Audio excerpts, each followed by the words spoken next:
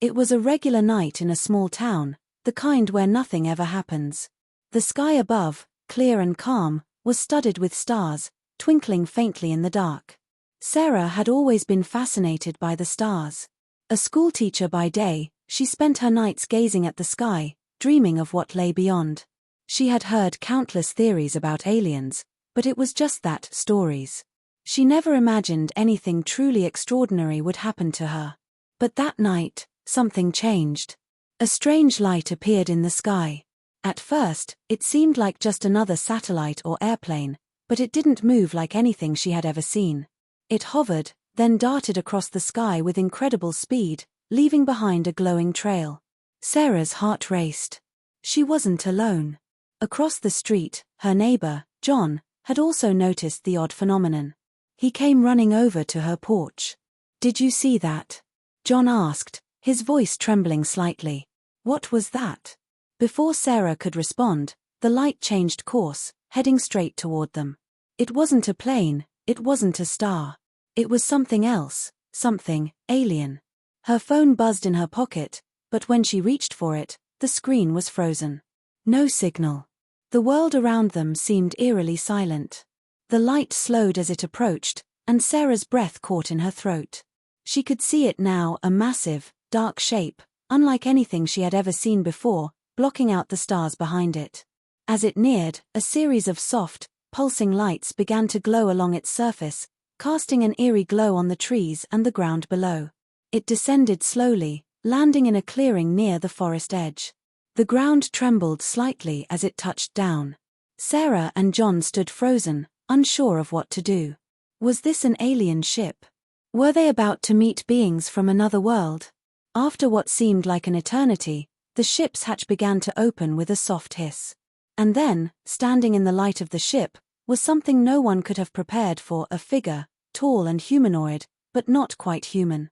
It had a sleek, metallic appearance, its eyes glowing faintly. It didn't speak, but Sarah felt an overwhelming sense of calm emanating from it. It raised one hand, as if to signal peace. John took a hesitant step forward, his voice shaking. "What? What do you want from us?" The alien's eyes seemed to lock onto his, and it spoke, though its voice wasn't heard with ears but felt deep inside Sarah's mind. "We come not to harm, but to understand. To bridge the unknown." The words resonated within Sarah, and though she was terrified, she felt a deep curiosity. What was this creature? Why were they here? And most importantly, what did they mean by the unknown? The alien's form shimmered as if it was partially made of light. Then, just as suddenly as it appeared, it stepped back into the ship. The hatch closed, and the craft took off, vanishing into the night sky before Sarah and John could even process what had just happened. The next morning, Sarah couldn't shake the memory of the alien's words. To bridge the unknown. What did that mean? Was it possible that this encounter was just the beginning of something much larger? She spent the following days researching everything she could find about UFOs and extraterrestrial life. Most of it was speculative at best, but one article stood out. It spoke of an ancient legend of a race of beings who had visited Earth long ago, not to conquer, but to teach. The article mentioned something about the Bridge of Understanding, a concept believed to be key to the survival of humanity. Sarah's mind raced as she made connections. Could this alien encounter be part of something larger than she could comprehend? Her search led her to an obscure government document, one that seemed to hint at a history of alien visitation that had been kept secret for centuries. The document spoke of a project called Project Stargaze, a global effort to prepare humanity for eventual contact with alien civilizations. The truth, however, had been hidden away, out of fear that humanity wasn't ready. As Sarah dug deeper, she discovered a small group of scientists who had long believed that alien life wasn't just possible, it was inevitable. But they had no proof until now. The encounter Sarah and John had witnessed was the first sign of contact. Meanwhile, John had been having his own strange experiences. Every night, he would hear strange sounds outside his window, soft whispers in a language he couldn't understand. At first, he thought he was just imagining things, but then the sounds began to grow louder, more distinct. He tried recording them, but each time, the recordings were distorted, as if something or someone was interfering. One night, while Sarah was studying the article she had found, John came over, looking pale and shaken. "They've been trying to contact me," he whispered. "I can hear them calling." Sarah felt a chill run down her spine. She didn't know what it meant, but it was clear now that the aliens were trying to communicate, not just with her, but with others. She could no longer ignore the significance of the events unfolding before her. The following evening, the alien craft returned. This time, it hovered silently in the sky, and instead of landing, it simply lingered, as if waiting for them to make the next move. The message was clear: they were ready to communicate further. As Sarah and John approached the craft, a door opened, and the same alien figure stepped out. This time, it was different. It wasn't just one being, it was an entire group, each one distinct, yet similar in appearance. They radiated calm, but there was a tension in the air, as if the moment had arrived.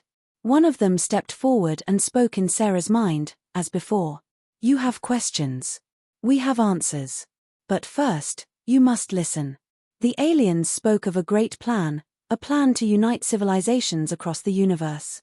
They revealed that Earth had been chosen to join this galactic community, but only if humanity could overcome its own divisions. Wars, greed, and hatred had kept Earth isolated, and until those problems were resolved, true contact would remain impossible. The aliens offered a choice. They could leave Earth in peace, allowing humanity to continue its destructive path, or they could share the knowledge to help humans evolve spiritually, mentally, and technologically. But this would require cooperation, understanding, and a willingness to let go of old ways. Sarah, overwhelmed by the magnitude of the decision, turned to John. He seemed oddly calm, as if he had already made up his mind. "We have to do this. We've been given a chance," he said. But not everyone agreed. As news of the alien encounter spread, fear began to take root. Governments, military groups, and individuals all reacted in different ways. Some believed the aliens were a threat, others saw them as a chance for humanity to advance. The debate quickly grew heated, and Sarah found herself in the center of a storm. The aliens, sensing the fear, tried to reassure humanity, but the trust wasn't there yet. Days passed, and the aliens began to share their knowledge. They didn't give humans everything at once. They were careful, waiting for humanity to prove it was ready. Slowly, Sarah and John worked alongside the aliens, learning about technology that could heal the planet, methods to solve energy crises, and ways to communicate without the barriers of language. But just as hope seemed to be blooming, a new danger emerged. A group of humans, desperate to stop the alien influence, attempted to sabotage the efforts. They attacked the alien craft, thinking they could prevent further contact. But the aliens were prepared. They didn't retaliate with violence but used their advanced technology to protect themselves, subduing the attackers without causing harm. In the end, it was clear those who chose fear would not stand in the way of progress. The aliens made their final offer. Earth would be welcomed into the galactic community, but only after humans proved they could be responsible, peaceful, and understanding. The aliens left as quietly as they had arrived, taking with them the knowledge they had shared. Sarah and John, now changed forever, looked up at the stars. The unknown was no longer a void. It was a promise of something greater, something better. And as humanity moved forward, they would always remember the first glimpse, the beginning of understanding between Earth and the cosmos.